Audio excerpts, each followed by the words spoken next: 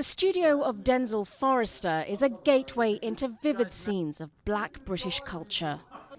Huge, immersive canvases portraying life in London's Afro-Caribbean community in the 1980s and its tensions with the police.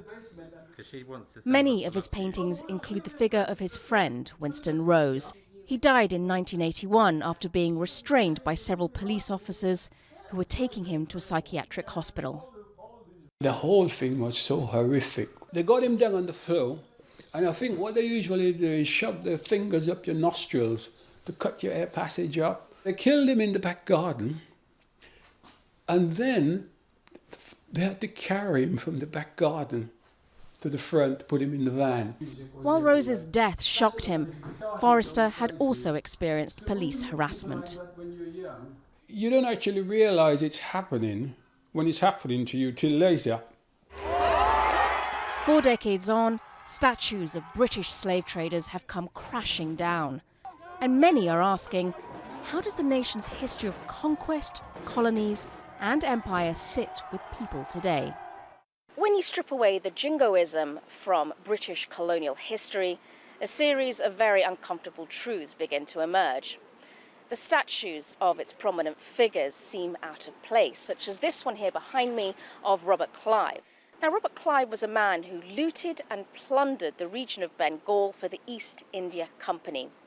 It was an act that led to direct British rule over India and also to devastating subsequent waves of famines and massacres.